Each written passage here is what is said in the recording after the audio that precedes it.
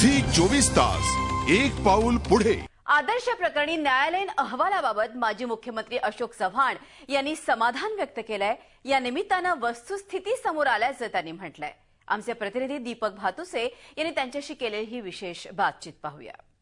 आदर्श चौकशी आयोगाच्या अंतिम अहवालात राज्य सरकारच्या जागेची मालकी आणि आरक्षण हे दोन मुद्दे क्लिअर झालेले आहेत। या दोन्ही मुद्द्यावर राज्य सरकारला दिलासा मिळालेला आहे। त्याचबरोबर दिलासा मिळालाय तो माजी मुख्यमंत्र्यांना।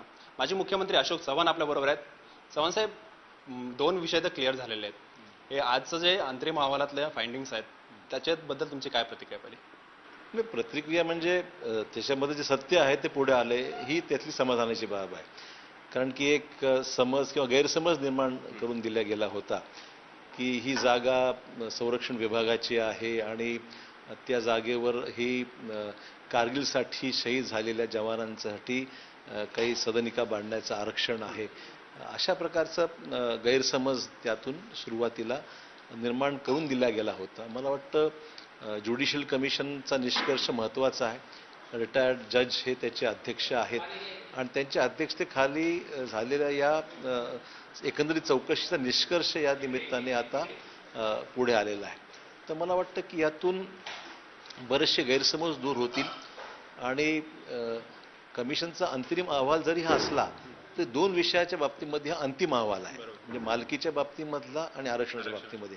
त्यामुळे एक गोष्टी समाधान निश्चित आहे की सत्यता ह्याच्यामधून स्पष्ट झालेली। तुम्ही सांगता दोन बाबींचा त्यात क्लिअर झालेला आहे, पण इतर ज्या बाबी आहेत FSI असो किंवा परवानगी असो एवढ्या हायराईजसाठी त्या संदर्भातील प्रश्न अजूनही अनुत्तरित आहेत। त्या संदर्भात काय आपली भूमिका आहे? नाही, ठीक आहे ना, म्हणजे अजून काही कमिशनचं काम पूर्ण झालेलं नाहीये, त्यामुळे कालांतराने हे इतरही विषय स्पष्ट होतील। काहीसा दिलासा मिळालेला आहे।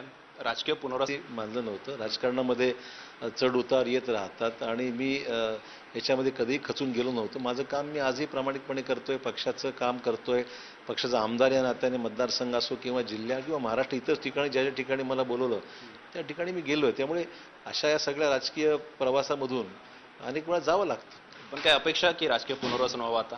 नाही, मी कुठलंही काम करत असताना कधी अपेक्षा ठेवून कधीच काम केलेलं नाही। त्यामुळे माझ्या कार्याची नोंद किंवा माझ्या कामाची नोंद पक्षांनी नेहमी घेतलेलीच आहे। एक विषय राहतो की या आदर्श सोसायटीमध्ये जी नावं आहेत, एकतर ज्या ज्या अधिकाऱ्यांच्या टेबलवर फाईल गेली त्यांची नावं आली, तुमच्या नातेवाईकांची सुद्धा नावं या संदर्भात आली, तर त्याबाबत अजून मुद्दा क्लिअर व्हायचा आहे। अन्य मुद्दे आहेत ना, सगळ्या मुद्द्यावर स्पष्टता होईलच।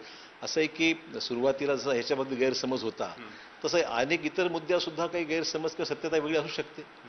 चौकशी अंती सर्व स्पष्ट होईलच ना खरं काय त्यातलं। CBI कडून चौकशी अजून या प्रकरणाची सुरू आहे।